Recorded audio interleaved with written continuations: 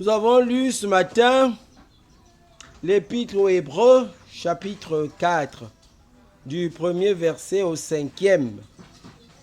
Ce passage raconte une histoire fort triste.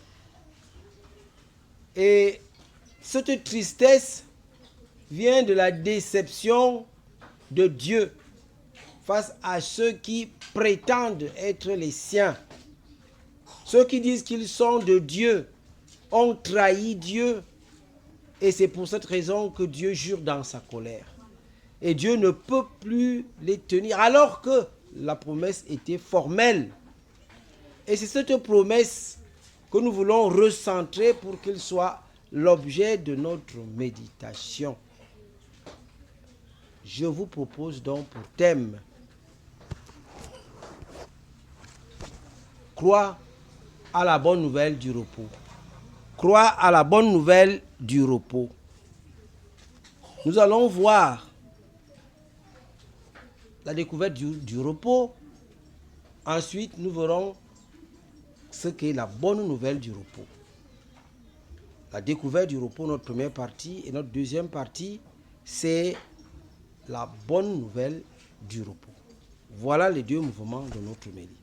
Lorsqu'on prend la première partie, qui est la découverte du repos. Généralement, on croit que le repos, c'est parce qu'une personne a fini de travailler, et parce qu'il a fini de travailler, il va donc aller s'asseoir et puis dire, voilà, je me repose après avoir fait tout ce travail. Cette notion de repos n'est pas celle dont il s'agit ici. Ce n'est pas parce que Dieu avait fini son travail pendant 7 jours qu'il s'était reposé. Ce qui était très important dans le travail que Dieu faisait, c'est que chaque fois qu'il finissait de faire une truc, il dit, et Dieu vit que cela était bon. Et Dieu vit que cela était bon. Dès le premier jour, il fait des dispositions, il approuve ces dispositions, elle les trouve bonnes. Ça veut dire que Dieu crée un environnement, un milieu, un monde où tout est harmonieux, où tout est bon. Et parce que tout est bon, ça veut dire que tout fonctionne à merveille. Et parce que tout fonctionne à merveille, il va donc aller rester dans un endroit où tout fonctionne sans que rien ne puisse être manquant et sans que rien ne puisse faire défaut quelque part. Ce qui veut dire que le repos devient un état de bonheur permanent. C'est cela le repos. Le repos est un état de bonheur permanent. Je suis toujours dans le bonheur, dans la satisfaction, dans la plaisance. Tout me réjouit, tout me satisfait. Je ne suis pas inquiété par quoi que ce soit. Rien ne crée une distorsion. Je ne suis pas malade, je n'ai pas faim, je ne manque pas où aller, je me distrais à volonté. Je suis dans ma satisfaction totale. Voilà cette réalité dont il s'agit. Le repos de Dieu est un état d'un être qui a son accomplissement parfait, qui arrive donc à un bonheur en soi et un bonheur autour de soi, qui ne pose aucun problème, aucun questionnement. Cette manière de faire, c'est ce que Dieu a dû réaliser en faisant la création.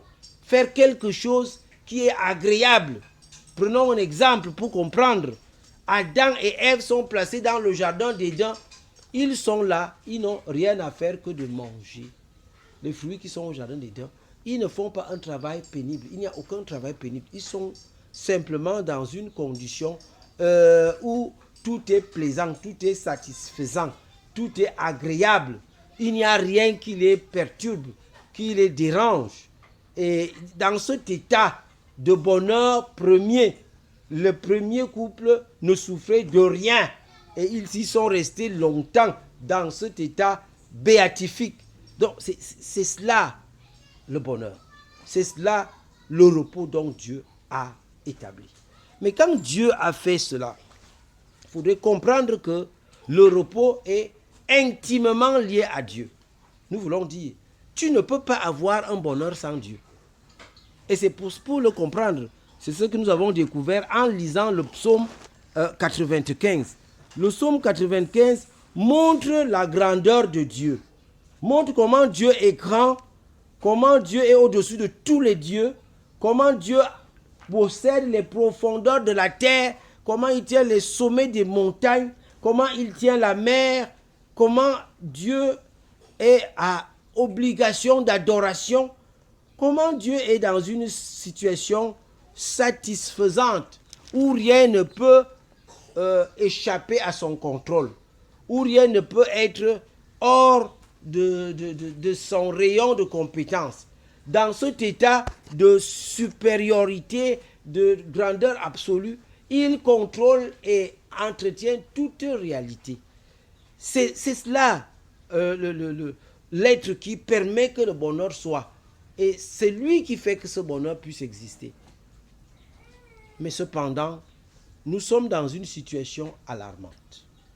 C'est-à-dire, ce Dieu qui est si grand, ce Dieu qui est si fort, ce Dieu qui a tout créé, on est surpris. Surpris par quoi? Surpris parce que Dieu a dit, je jurerai dans ma colère, ils n'entreront pas dans mon repos. Qui n'entrera pas dans le repos de Dieu? Donc Dieu parle ici. Ce sont les enfants d'Israël.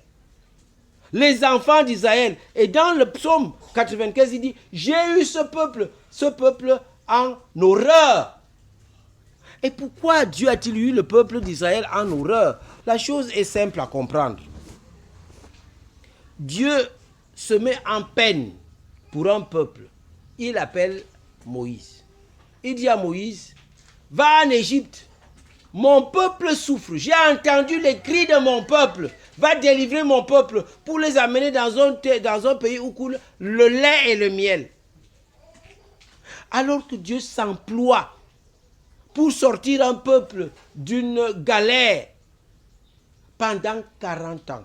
Ce peuple n'a fait que énerver Dieu. Ils étaient agaçants, ils étaient révoltants, ils étaient roides de coups, des personnes qu'on ne peut pas faire accepter quelque chose. Ils refusent tout ce qu'on veut leur dire.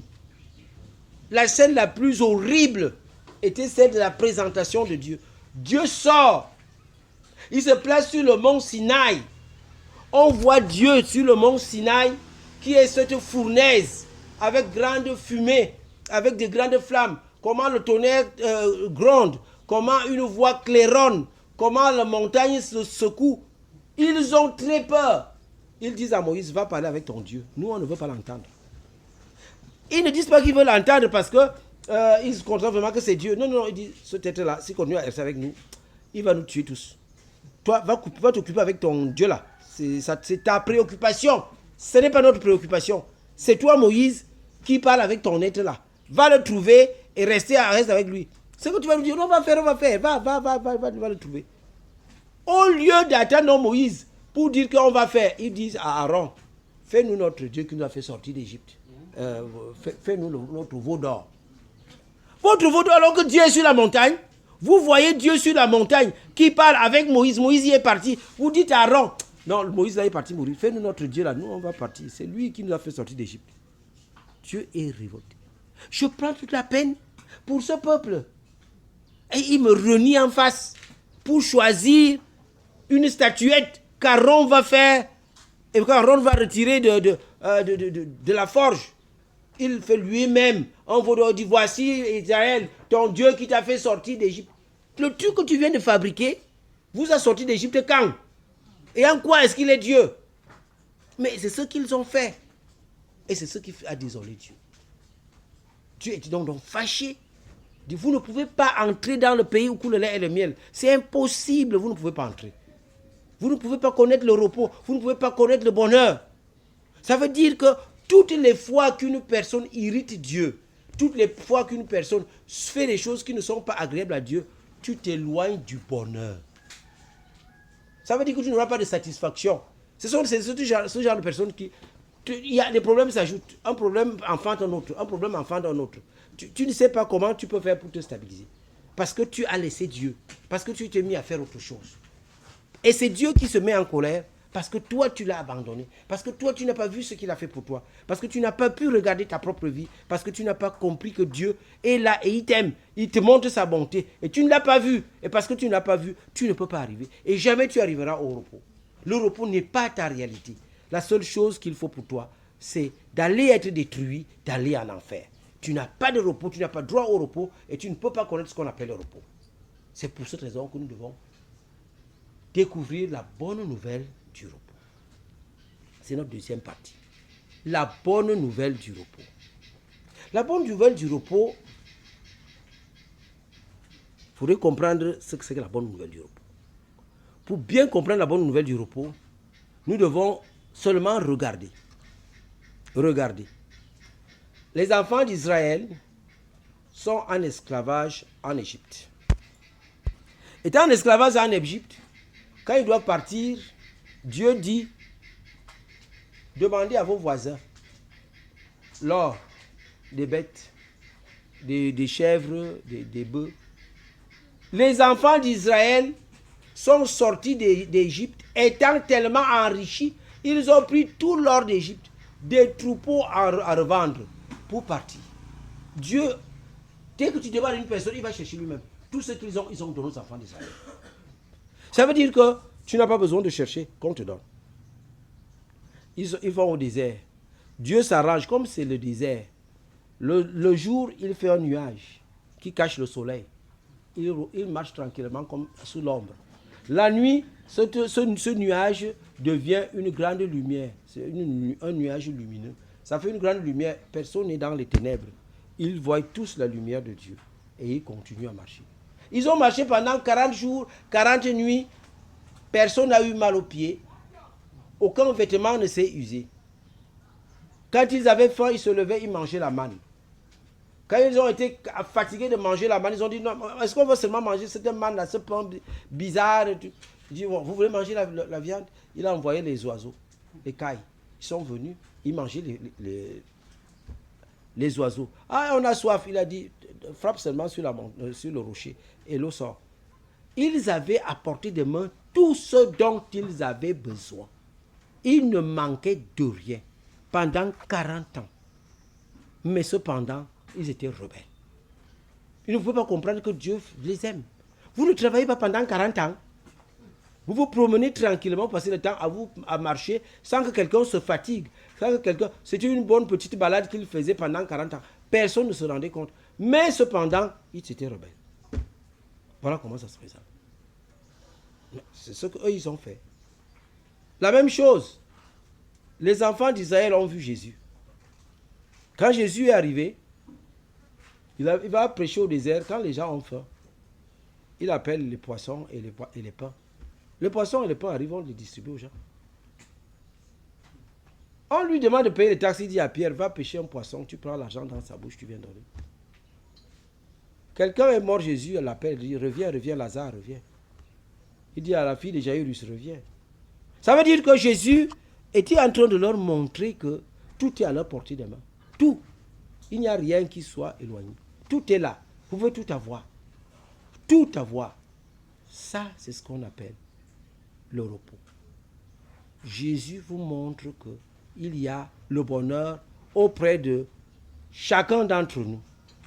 Et ça, ce message du repos a été un message qui a été donné à toute la création. Dans nos traditions, nous avons cette connaissance. Nous avons eu un conte. Un conte, j'espère que vous connaissez ce proverbe. Ah ben c'est ça ce que ça veut dire. C'est ça ce que ça veut dire. Ça veut dire quoi? La vieille femme a fait comment? La vieille femme dans cette légende, dans ce proverbe, a cherché une peau de banane qui était tout un régime de banane. Il a pris un os de poulet qui était entièrement un gros poulet. Il est parti se coucher sur son lit qui n'avait qu'une seule brindille sur le lit et c'est devenu un très grand lit. Et quand le jeune homme se réveillait le matin, la vieille femme était une très jeune fille. Et la cabane était une très belle villa. Et le jeune homme ne comprenait rien. Quand il voulait claquer les yeux, la jeune fille a dit non, tu as dit que tu rentres au village. Voilà le chemin du village. Va au village, ne me regarde pas. Mais quand il dit, mais attends, tu dis que le village est où là-bas? Quand il veut retourner, il n'y a plus rien, c'est la forêt. C'est la forêt. C'est-à-dire, la légende de la reine des fonds des temps montre que le bonheur est là où nous sommes. Ce bonheur est pour qui le recherche. Ça, c'est dans notre coutume. Vous avez compris que vous-même, vous connaissez le proverbe. C'est ce que dit le proverbe. Le proverbe vous parle de ce qu'on nomme le message du repos. Qu'il y a le repos. Il y a une manière d'arriver au bonheur. Ce que nous faisons ne nous conduit pas au bonheur. Mais le bonheur existe. Nous devons trouver le chemin du bonheur. Nous devons trouver le chemin du bonheur. Et si nous trouvons le chemin du bonheur, nous allons nous épargner toute cette rudesse que nous avons. Parce que le bonheur existe. Ceux qui sont dans d'autres cultures, par exemple en Orient, ils ont ce qu'on appelle le nirvana. Ils ont vu cela, le nirvana existe. C'est une réalité qui montre le bonheur, ce repos dont il s'agit. C'est le repos. Il faut y arriver. Il faut tendre à ce bonheur. Ce n'est pas la modernité, ce n'est pas l'industrialisation. Non, ce n'est pas ça qui constitue le repos. Le véritable repos, c'est de trouver ce monde où tu n'as pas à faire quoi que ce soit. Tout est servi. Tu as un bonheur parasidiaque. C'est ce qu'on vous dit dans l'Apocalypse chapitre 22.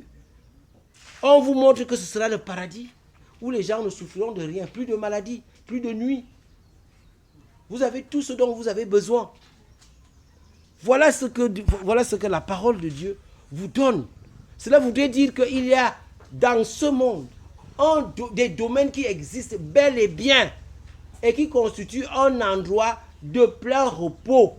Tu travailles, tu arrives à aller là-bas. Et comment est-ce qu'on travaille? C'est pour cette raison ici que l'apôtre qui a écrit l'épître aux Hébreux précise que la promesse existe. Il dit, pour nous qui avons cru,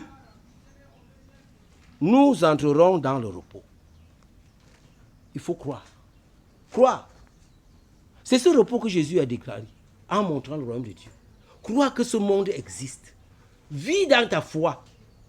Pense que ce monde de repos est une réalité, pas qu'on imagine.